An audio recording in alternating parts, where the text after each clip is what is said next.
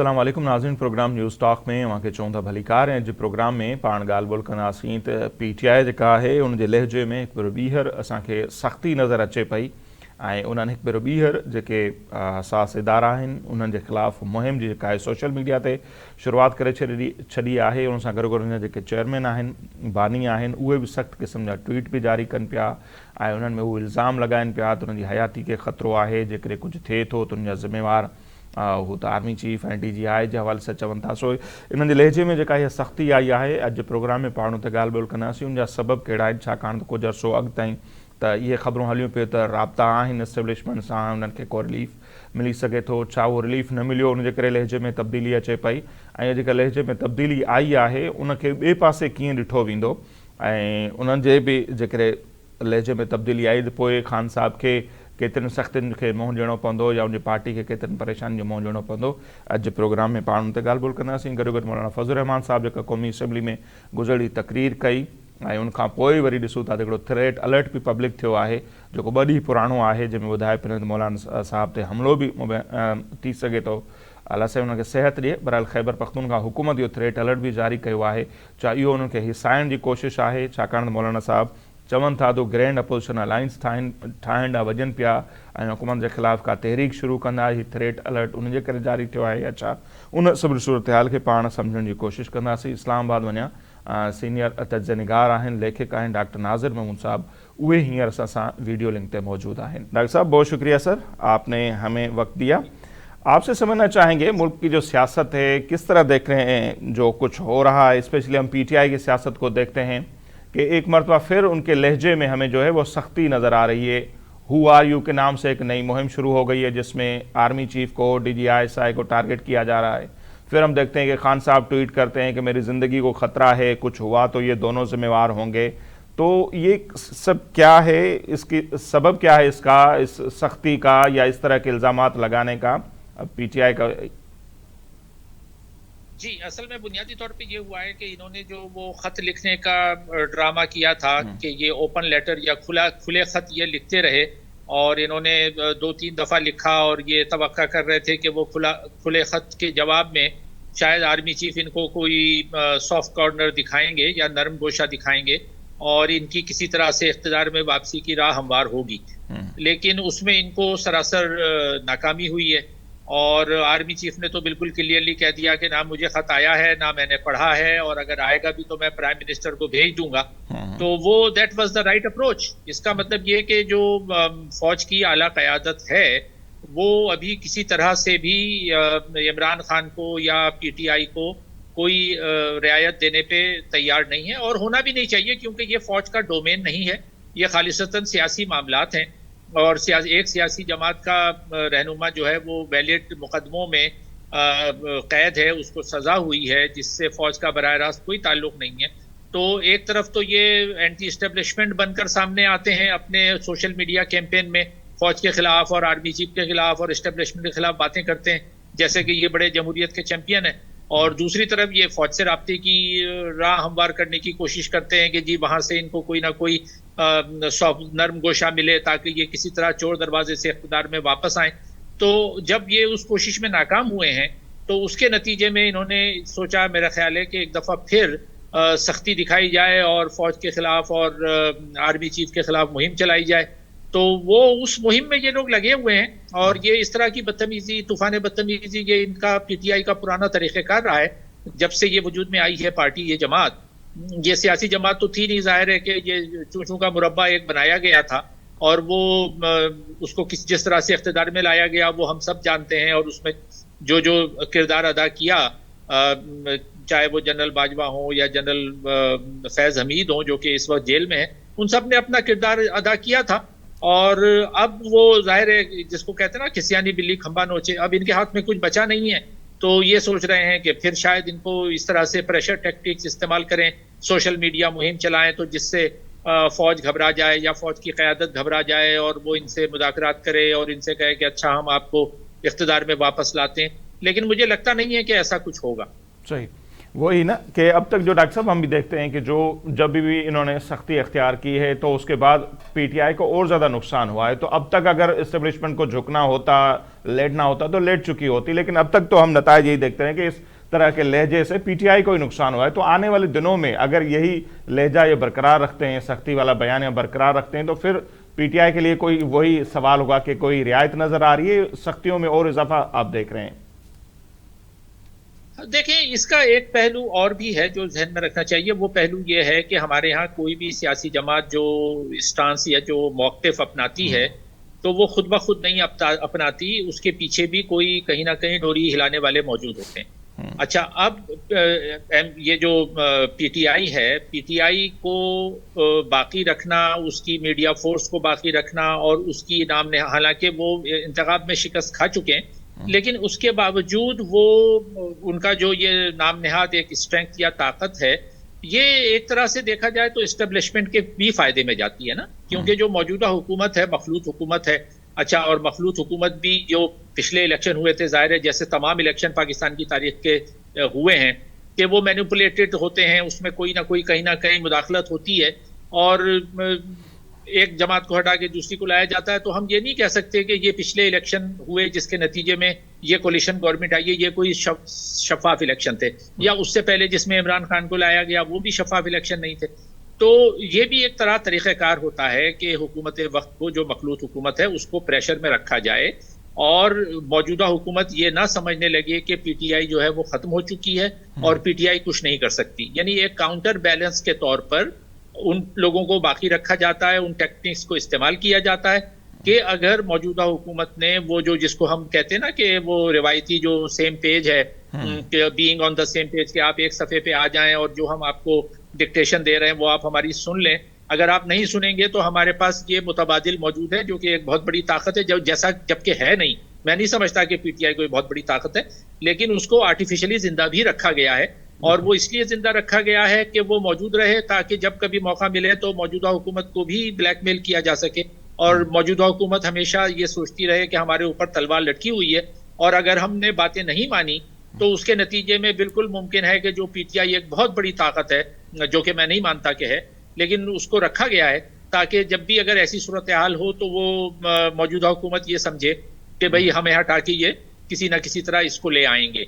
तो ये भी एक पहलू हमें नज़र में रखना चाहिए कि हमारे यहाँ जो सियासी जमातें हैं उनकी जो ताकत होती है वो उतनी ही ताकत होती है जितनी उनको अता की जाती है। उनकी अपनी यानी खुदरौ ताकत नहीं होती है, ये ताकत वो होती है जितनी ताकत उनको अता की जाती है। तो वही जैसे पीटीआई के वाले नाम ने कहा कि चूं चूं का मुरब्बा, सबको पता है कि है, लेकिन डॉक्टर साहब ये भी तो एक हकीकत है ना कि जैसे हमने माजी में देखा कि जो पार्टी ज़्यादा इनकलाबी बनने की कोशिश करती है या इस्टेब्लिशमेंट के साथ नहीं चलती तो वो पार्टी टूट फूट का शिकार हो जाती है। मुख्तलिफ पेट्रियाट, कभी काफ लीग, इस तरह के धड़े बनते हैं। तो पीटीआई में भी बातें तो बड़ी चली लेकिन अब तक वो इंटेक्ट है। कोई इस तरह की टूट फूट, अंदरूनी इख्तलाफ ज़रूर हैं लेकिन टूट फूट का अमल अब तक नज़र नहीं आ रहा, लोग उनके साथ हैं। तो आने वाले दिनों में अगर ये सख्ती बरकरार रखते हैं, इस्टेब्लिशमेंट से टकराव बरकरार रखते हैं, तो क्या हम वही माजी वाला सीन भी आपको नज़र आ रहा है कि कोई टूट फूट होगी या लोग उनको छोड़ के भी जा सकते हैं? देखें, जो लोग छोड़ के जाने वाले थे वो पहले छोड़ के जा चुके, जैसे अब परवेज खटक थे वो अलग हो गए। अच्छा, जो लोग छोड़ के अलग हो गए वो हम जानते हैं, क्योंकि ये कहना गलत है कि इसमें टूट फूट नहीं हुई। बेशुमार लोग थे इनकी टॉप क़यादत के, वो आला जो क़यादत थी सो कॉल्ड, के जो गायब हो गई। मिसाल के तौर पे पीटीआई ने सबसे बड़ा सूबा 12 करोड़ की आबादी का, पाकिस्तान की 50% आबादी का पंजाब, वो उस्मान बुज़दार के हवाले किया हुआ था। ठीक है ना, उस्मान बुज़दार जो थे वो वहाँ के बेताज बादशाह बने हुए थे, वो कहाँ हैं? इस पूरी जो मूवमेंट या जो कुछ भी चल रहा है उसमें तो वो कहीं ना कहीं गायब हो गए ना। अच्छा, और इसके अलावा बेशुमार इनके वुज़रा थे, मुख्तलिफ लोग थे जो इधर उधर छोड़ के चले गए। तो ये समझना कि इसमें पीटीआई में टूट फूट नहीं हुई है, इसमें टूट फूट हुई है, लेकिन जो बची कुची पीटीआई है उसको बाकी रखा गया है। जैसे पहले हमने देखा है ना कि जैसे मिसाल के तौर पे एमक्यूएम से मैं अक्सर इसका मवाजना करता हूँ कि एमक्यूएम को तोड़ा गया, उसमें से हकीकी निकाली गई, उसको बज़ाहिर दिखाया गया कि क्रश कर दिया गया, लेकिन फिर भी उसको बाकी रखा गया। इसी तरह हकीकी है, जब मुशर्रफ का दौर आया था तो हकीकी के खिलाफ ऑपरेशन हुआ था, लेकिन हकीकी को बाकी रखा गया था, अभी भी हैं, आफाक अहमद हैं जो भी अपनी कार्रवाई। तो इसी तरह से पीटीआई को भी एक एक प्रेशर ग्रुप के तरह से बाकी रखा गया है और बाकी रखा जाएगा, जिसका जो उसकी वजह मैंने आपको बयान कर दी है कि हुकूमत को प्रेशर में लेने के लिए इस तरह के ग्रुप जरूरी होते हैं। अगर ये पीटीआई को बिल्कुल क्रश कर देंगे तो फिर ये मौजूदा हुक्मरान जो है शहबाज शरीफ वगैरह, ये लोग तो सर चढ़ जाएंगे ना, ये तो समझेंगे कि हम बड़े जेन्युइन हुक्मरान हैं और ये फिर वो डिक्टेशन लेना छोड़ देंगे। तो वो इनको दबाव इन पर बरकरार रखने के लिए पीटीआई की एक नाम नेहाद ताकत को बाकी रखना और दिखाना बहुत जरूरी है। लेकिन पीटीआई के अंदर ही सर हम ये भी देखते हैं कि शाह महमूद कुरैशी साहब अब किसी को याद भी नहीं है कि वो जेल में पड़े हुए हैं, उनकी पार्टी उनको याद नहीं रख रही। परवेज इलाही साहब आज़ाद हो गए तो पता नहीं कहाँ चले गए, उनका भी कुछ पता नहीं। तो शाह महमूद कुरैशी साहब को के हवाले से ये बातें भी चली थी कि हो सकता है आने वाले दिनों में वो पार्टी को लीड करे या कोई अलग से कोई धड़ा बनाए, लेकिन अब तक वो जेल में है, ना पार्टी उनको याद कर रही है ना लोग उनको याद कर रहे हैं। असल में वो शाह महमूद कुरैशी और परवेज इलाही ये बहुत आगे चले, क्योंकि ये हम जानते हैं कि ये लोग पहले क्या किरदार अदा करते रहे हैं। ये भी इशारों पे चलते रहे हैं। जब इनसे कहा कि पीपुल्स पार्टी छोड़ दो, शाह महमूद कुरैशी ये छोड़ के ये उस ग्रुप में शामिल थे जो लोगों को मुख्तलिफ तरीकों से नून लीग से और पीपुल्स पार्टी से निकाल कर पीटीआई में शामिल कराया जा रहा था। तो वो शाह महमूद कुरैशी चलते रहे, लेकिन इन्होंने बीच में कुछ ऐसे काम किए होंगे कि जिसकी इनको सजा देनी जरूरी थी, इन्होंने सुना नहीं।